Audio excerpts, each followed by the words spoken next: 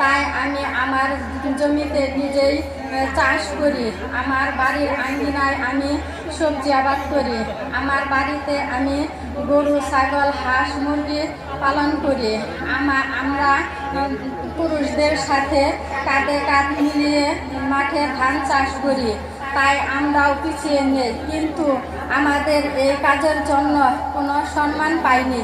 আপনি আমাদের সম্মান দিয়েছেন এবং কৃষক কার্ড আমাদের হাতে তুলে দিয়েছেন। এই কার্ডটি পেয়ে আমরা সকলেই খুব গর্বিত এবং আনন্দিত।